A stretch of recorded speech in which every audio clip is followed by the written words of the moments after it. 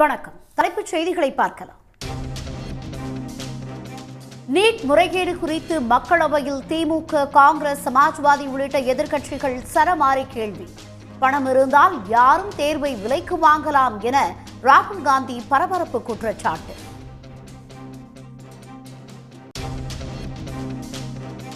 NEET வினாத்தாள் அனுப்பும் நடைமுறை பற்றி தேசிய தேர்வு முகமை பதிலளிக்க உச்சநீதிமன்றம் உத்தரவு. கருணை மதிப்பெண் வழங்கப்பட்ட 19வது கேள்விக்கு சரியான விடையை கண்டுபிடிக்க நிபுணர் குழுவை அமைத்தும் ஆணை.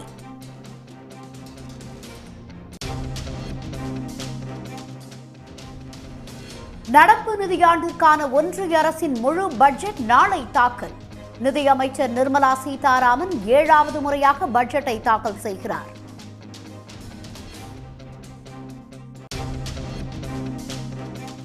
சென்னை கடற்கரை செங்கல்பட்டு மார்க்கத்தில் நாளை வழக்கம் போல் புறநகர் ரயில் சேவைகள் இயங்கும். 55 மின்சார ரயில்கள் நாளை முதல் ரத்து என அறிவிக்கப்பட்ட நிலையில் மாற்றம்.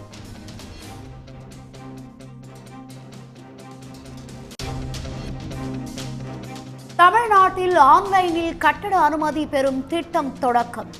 உடனடியாக அனுமதி வழங்கப்படும் என முதலமைச்சர் மு க ஸ்டாலின் உறுதி.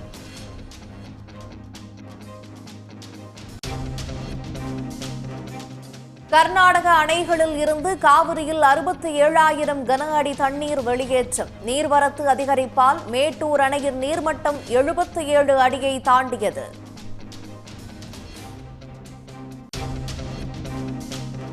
நில அபகரிப்பு வழக்கில் கைதான எம்.ஆர். விஜயபாஸ்கரை 2 நாட்கள் காவலில் எடுத்து விசாரிக்க அனுமதி. கரூர் அலுவலகத்தில் வைத்து விசாரணையை தொடங்கியது சிபிசிஐடி போலீஸ்.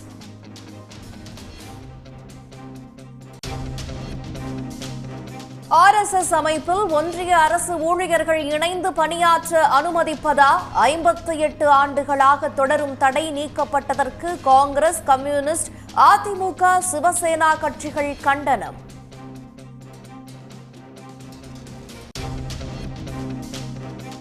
கன்வார் யாத்திரை விழியில் உள்ள கடைகளில் உரிமையாளர்கள் பெயர் பலகை வைக்க வேண்டும் என்ற உத்தரவுக்கு தடை. இஸ்லாமிய வியாபாரிகள் தொடர்ந்த வழக்கில் உச்சநீதிமன்றம் அதிரடி உத்தரவு. பணம் இருந்தால் தேர்வு முடிவுகளை வாங்க முடியும் என்பதால் இந்திய தேர்வு முறையே ஒரு மோசடி என்று எதிர்க்கட்சித் தலைவர் ராகுல் காந்தி குற்றம் சாட்டியுள்ளார். நாடாளுமன்ற பட்ஜெட் கூட்டத்தொடர் இன்று கூடியது. மக்களவையில் கேள்வி நேரத்தின் போது நீட் தேர்வு முறைகேடு தொடர்பாக தாம் அளித்திருந்த ஒத்திவைப்பு தீர்மானம் குறித்து விவாதிக்க வேண்டும் என காங்கிரஸ் எம்பி மாணிக்கம் தாக்கூர் வலியுறுத்தினார். கடந்த 7 ஆண்டுகளில் 70 முறை நீட் தேர்வு வினாத்தாள் கசிவு நடந்துள்ளதாக அவர் தெரிவித்தார். நீட் முறைகேடுகளுக்கு பொறுப்பேற்று கல்வி அமைச்சர் தர்மேந்திர பிரதான் பதவி விலகுவாரா என்று திரு மாணிக்கம் தாக்கூர் கேள்வி எழுப்பினார். இதைத் தொடர்ந்து பேசிய திமுக எம்பி கலாநிதி வீராசாமி, நீட் தேர்வால் அனைத்து மாநிலங்களைச் சேர்ந்த மாணவர்களும் பாதிக்கப்பட்டுள்ளதாகவும் இந்த தேர்வை ரத்து செய்ய வேண்டும் என்று தொடக்கத்திலிருந்தே திமுக வலியுறுத்தி வருவதாகவும் கூறினார்.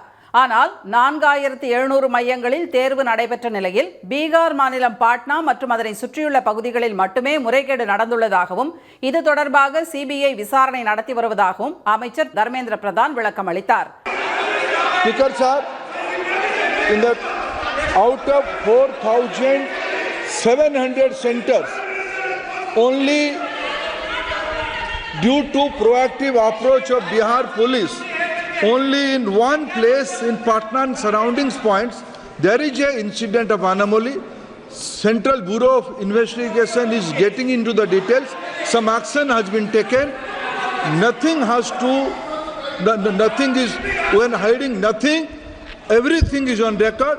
அடுத்து பேசிய சமாஜ்வாதி கட்சியின் தலைவர் அகிலேஷ் யாதவ், வினாத்தாள் கசிவில் இந்த அரசு சாதனைகளை நிகழ்த்தி வருவதாக விமர்சித்தார். மாணவர்கள் போராட்டம் நடத்தி வரும் நிலையில் பிரச்சனையை திசை திருப்புவதிலேயே அமைச்சர் குறியாக இருப்பதாக குற்றம் சாட்டிய அவர், தர்மேந்திர பிரதான் அமைச்சராக இருக்கும் வரை மாணவர்களுக்கு நியாயம் கிடைக்காது என்று கூறினார். நீட் மட்டுமல்லாது மற்ற தேர்வுகளிலும் முறைகேடு நடந்திருப்பதன் மூலம் இந்தியாவின் தேர்வு முறைகளில் பெரிய பிரச்சனை உள்ளது வெட்ட வெளிச்சமாகியுள்ளதாக எதிர்க்கட்சித் தலைவர் ராகுல் காந்தி கூறினார். கல்வி அமைச்சர் தன்னை தவிர மற்ற அனைவரையும் குற்றம் சாட்டுவதாக தெரிவித்த ராகுல் காந்தி, இங்கு என்ன நடக்கிறது என்பதன் அடிப்படை கூட அவருக்கு புரியவில்லை என்று விமர்சித்தார். The issue is that there are millions of students in this country who are extremely concerned at what is going on and who are convinced that the Indian examination system is a fraud. That is what is at stake here. Millions of people believe if you're rich and if you have money, you can buy the Indian examination system. And this is the same feeling that the people in the opposition have. நாட்டின் தேர்வு முறையே மோசடி என்ற ராகுல் காந்தியின் பேச்சுக்கு தர்மேந்திர பிரதான் எதிர்ப்பு தெரிவித்தார். இதைத் தொடர்ந்து பேச முயன்ற ராகுல் காந்திக்கு அவைத் தலைவர் ஓம் பிர்லா அனுமதி அளிக்காததால் எதிர்க்கட்சி எம்பிக்கள் வெளிநடப்பு செய்தனர். இதற்கிடையே இளநிலை நீட் தேர்வில் வினாத்தாள் கசிவு, கருணை மதிப்பெண் மோசடி, ஆள் மாறாட்டம் உள்ளிட்ட முறைகேடுகள் நடந்துள்ளதாக கூறி பாதிக்கப்பட்ட மாணவர்கள் 40க்கும் அதிகமானோர் தொடர்ந்த வழக்கு உச்சநீதிமன்ற தலைமை நீதிபதி DY சந்திரசூட் அமர்வில் இன்று மீண்டும் விசாரணைக்கு வந்தது. அப்போது 4ஆம் தேதியே விடைகளை மனப்பாடம் செய்ய தொடங்கியதாக மாணவர்கள் வாக்குமூலம் அளித்துள்ளதால் அதற்கு முன்பாகவே வினாத்தாள்கள் வெளியானது உறுதி செய்யப்பட்டுள்ளதாக தலைமை நீதிபதி கூறினார். நீட் தேர்வுக்கு ஒரு நாள் முன்னதாகவே வினாத்தாள் கசிந்திருக்க வேண்டும் என்று கூறியுள்ள உச்சநீதிமன்ற நீதிபதிகள் 2 இடங்களில் நீட் வினாத்தாள் கசிவு நடந்துள்ளது உறுதியாக இருப்பதாகவும் அதிருப்தி தெரிவித்திருக்கின்றனர். நாடு முழுவதும் மே 5 நடந்த நீட் தேர்வில் இதுவரை இல்லாத அளவாக 67 பேர் 720க்கு 720 மதிப்பெண்கள் பெற்றிருந்தது சர்ச்சையை ஏற்படுத்தியது. வினாத்தாள் கசிவு, கருணை மதிப்பெண் வழங்கியது, ஆள் மாறாட்டம், OMR எனப்படும் விடைத்தாளில் மோசடி என பல்வேறு முறைகேடுகள் நடைபெற்றதாக புகார்கள் எழுந்தன. நீட் தேர்வு மோசடி தொடர்பாக 40க்கும் மேற்பட்ட மனுக்கள் உச்சநீதிமன்றத்தில் தாக்கல் செய்யப்பட்டன. இந்நிலையில் தலைமை நீதிபதி DY சந்திரசூட் தலைமையிலான அமர்வில் இந்த வழக்கு மீண்டும் விசாரணைக்கு வந்தது. அப்போது ஒன்றிய அரசு தரப்பில் நீட் தேர்வுக்கு சில மணி நேரத்திற்கு முன்புதான் வினாத்தாள் கசிந்ததாக வாதிடப்பட்டது. வினாத்தாள் கசிவு விவகாரத்தில் கைதான அமித் வாக்குமூலத்தின்படி மே 4ஆம் தேதி இரவு, அதாவது நீட் தேர்வுக்கு ஒரு நாள் முன்னதாகவே வினாத்தாள் கசிவு நடந்திருக்கலாம் என்று கூறிய நீதிபதிகள் தற்போதைய தரவுகளின்படி ஹசாரிபாக், பட்னா ஆகிய 2 இடங்களில் வினாத்தாள் கசிவு நடந்துள்ளது உறுதியாகியிருப்பதாக தெரிவித்தனர். நீட் வினாத்தாள் கசிவு குறிப்பிட்ட சில இடங்களில் மட்டும் நடந்துள்ளதா அல்லது நாடு முழுவதும் பரவியுள்ளதா என்பதை உறுதி செய்ய வேண்டும் என கூறிய நீதிபதிகள் எதன் அடிப்படையில் கருணை மதிப்பெண் வழங்கப்பட்டது என்றும் கேள்வி எழுப்பினர். கருணை மதிப்பெண் வழங்கியதால் 4 லட்சம் மாணவர்கள் கூடுதலாக 4 மதிப்பெண் பெற்றிருப்பது கவலை அளிப்பதாக நீதிபதிகள் தெரிவித்தனர். கருணை மதிப்பெண் வழங்கப்பட்ட கேள்வி எண் 19க்கு சரியான விடையை கண்டுபிடிக்க டெல்லி IIT இயக்குநர் தலைமையில் 3 பேர் கொண்ட நிபுணர் குழுவை அமைத்து ஆய்வு செய்ய உத்தரவிட்ட உச்சநீதிமன்றம் செவ்வாய்க்கிழமை நண்பகல் 12 மணிக்குள் ஆய்வறிக்கையை தாக்கல் செய்ய வேண்டும் என்றும் உத்தரவிட்டுள்ளது. தமிழ்நாட்டில் முதன்முறையாக ஆன்லைனில் கட்டட அனுமதி பெறும் திட்டத்தை முதலமைச்சர் மு க ஸ்டாலின் இன்று தொடங்கி வைத்தார். தமிழ்நாட்டில் கட்டிடம் மற்றும் மனை பிரிவுகளுக்கான அனுமதியை பரப்பளவு, கட்டிடத்தின் உயரம் ஆகியவற்றின் அடிப்படையில் உள்ளாட்சி அமைப்புகள், நகர ஊரமைப்பு இயக்ககம், சென்னை பெருநகர வளர்ச்சி குழுமம் ஆகியவை வழங்கி வருகின்றன. சென்னை பெருநகர வளர்ச்சி குழுமத்தில் கட்டிட அனுமதிக்காக ஆன்லைனில் விண்ணப்பிக்கும் முறை ஏற்கனவே செயல்பாட்டில் உள்ளது. அதேபோல கடந்த ஆண்டு அக்டோபர் 2ஆம் தேதி முதல் ஊராட்சிகளில் கட்டிட அனுமதிக்கு ஆன்லைனில் மட்டுமே விண்ணப்பிக்கும் நடைமுறை அறிமுகப்படுத்தப்பட்டது. இந்நிலையில் கடந்த பிப்ரவரி மாதம் தாக்கல் செய்யப்பட்ட தமிழக அரசின் பட்ஜெட்டில் 2500 சதுர அடி வரை கட்டப்படும் குடியிருப்பு கட்டுமானத்துக்கு கட்டிட அனுமதியும் பணி நிறைவு சான்றிதழும் பெற தேவையில்லை என்று அறிவிக்கப்பட்டது. இந்த அறிவிப்பை செயல்படுத்தும் வகையில் தமிழகத்தில் முதல் முறையாக கட்டிட அனுமதியை ஆன்லைனில் உடனடியாக வழங்கும் திட்டத்தை சென்னை தலைமைச் செயலகத்தில் ஸ்டாலின் இன்று காணொலி காட்சி வாயிலாக தொடங்கி வைத்தார்.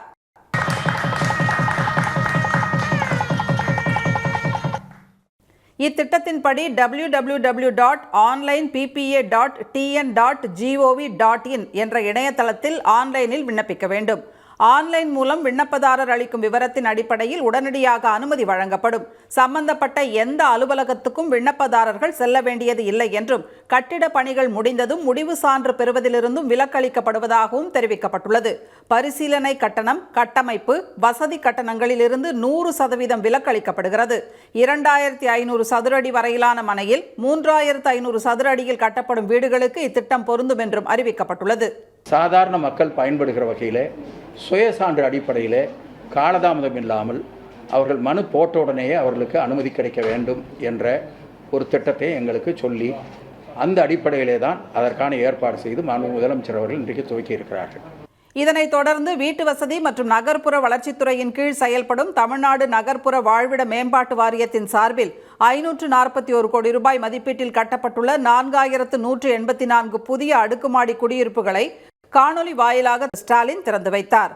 மேலும் தமிழ்நாடு வீட்டு வசதி வாரியம் சார்பில் 382 கோடி ரூபாயில் கட்டப்பட்டுள்ள 1459 தமிழ்நாடு அரசு ஊழியர்கள் வாடகை குடியிருப்புகள் மற்றும் வணிக வளாகங்களையும் அவர் திறந்து வைத்தார்.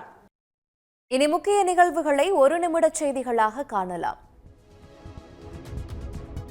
அதிமுக முன்னாள் அமைச்சர் எம்.ஆர். விஜயபாஸ்கர் 2 நாட்கள் காவலில் எடுத்த சிபிசிஐடி போலீசார் இன்றைய விசாரணையையும் தொடங்கினர். 100 கோடி ரூபாய் நில அபகரிப்பு வழக்கில் தேடப்பட்டு வந்த எம்.ஆர். விஜயபாஸ்கர் கடந்த 16ஆம் தேதியன்று கேரளாவில் சிபிசிஐடி போலீசாரால் கைது செய்யப்பட்டார். இந்த வழக்கில் மொத்தம் 13 பேர் மீது வழக்கு பதிவு செய்யப்பட்டுள்ளது.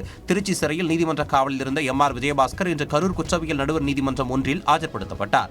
அவரை 5 நாட்கள் காவலில் எடுத்து விசாரிக்க சிபிசிஐடி போலீசார் நீதிமன்றத்தில் கோரிக்கை விடுத்த நிலையில் நீதிபதி 2 நாட்கள் காவலில் விசாரிக்க உத்தரவிட்டார். தொடர்ந்து கரூர் தின்னப்பா நகரில் உள்ள சிபிசிஐடி அலுவலகத்தில் வைத்து எம்.ஆர். விஜயபாஸ்கரிடம் சிபிசிஐடி போலீசார் விசாரணையை தொடங்கினர்.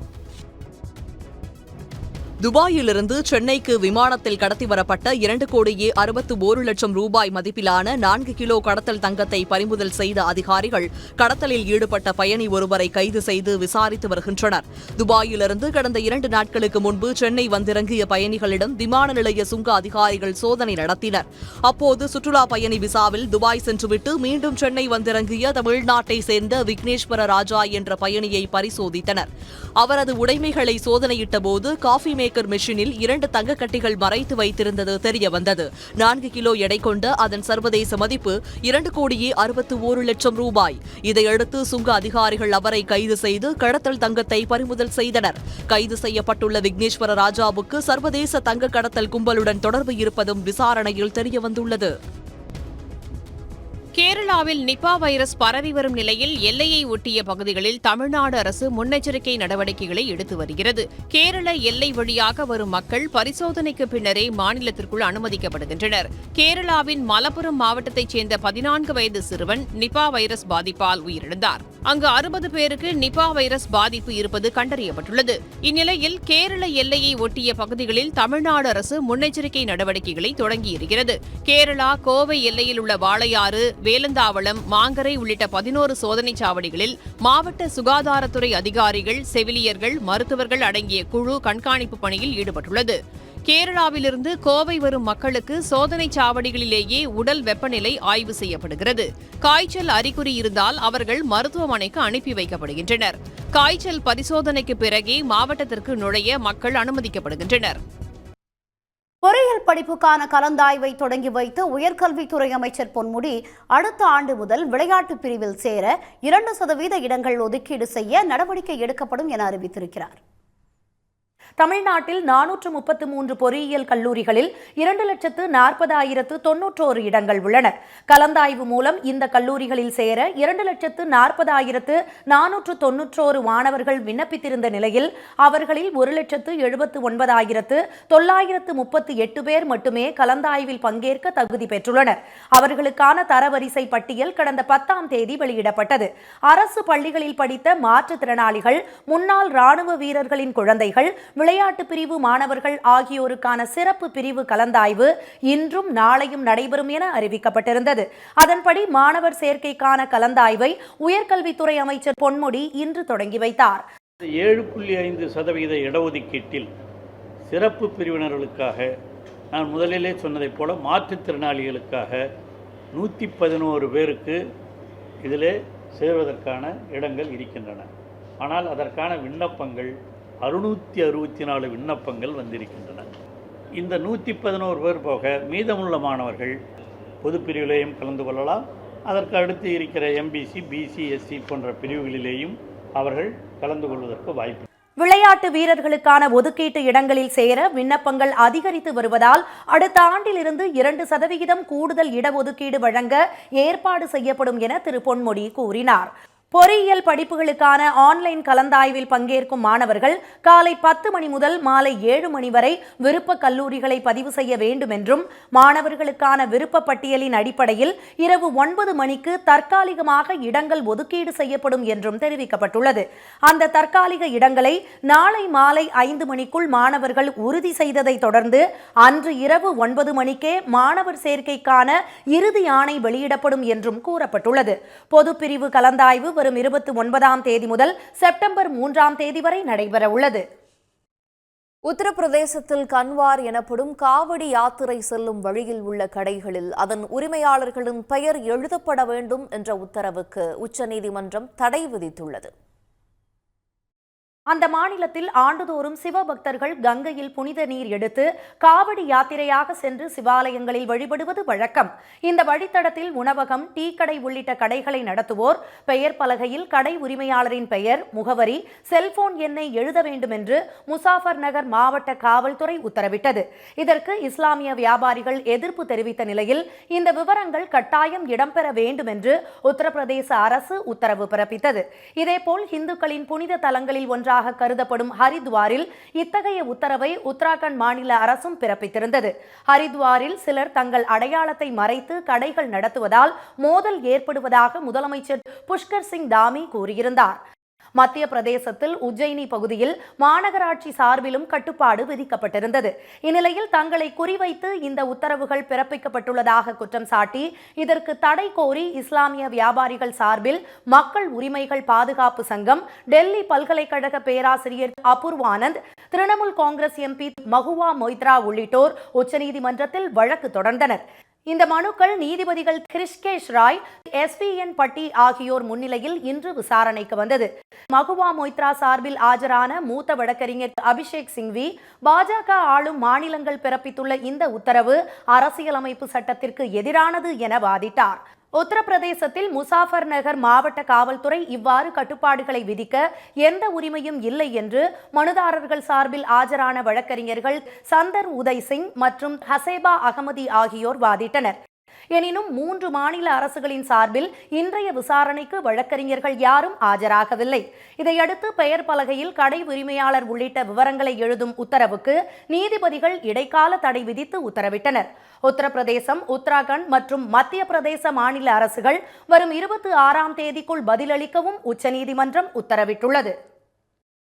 சென்னை மெட்ரோ ரயில் 2ஆம் கட்ட பணிக்கான 31,623 கோடி ரூபாயை ஒன்றிய அரசு உடனடியாக விடுவிக்க வேண்டும் என்று மாநிலங்களவையில் திமுக MP வில்சன் வலியுறுத்தியுள்ளார்.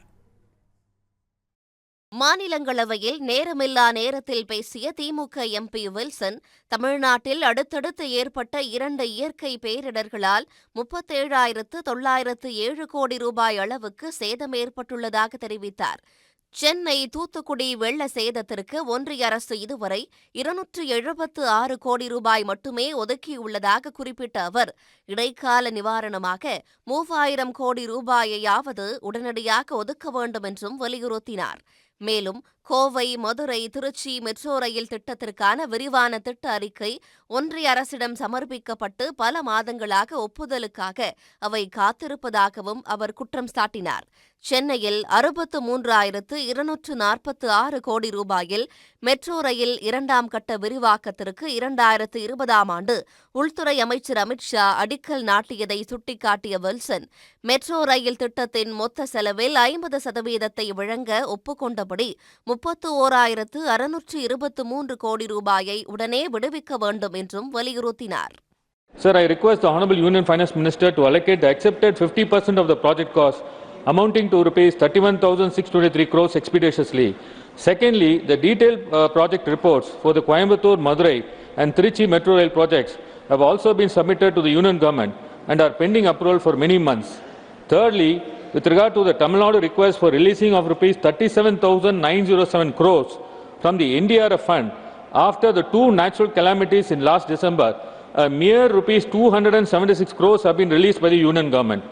Sir, I request the Honorable Union Home Minister to release at least 3,000 crores immediately as an interim measure to undertake restoration and relief works in Tamil Nadu.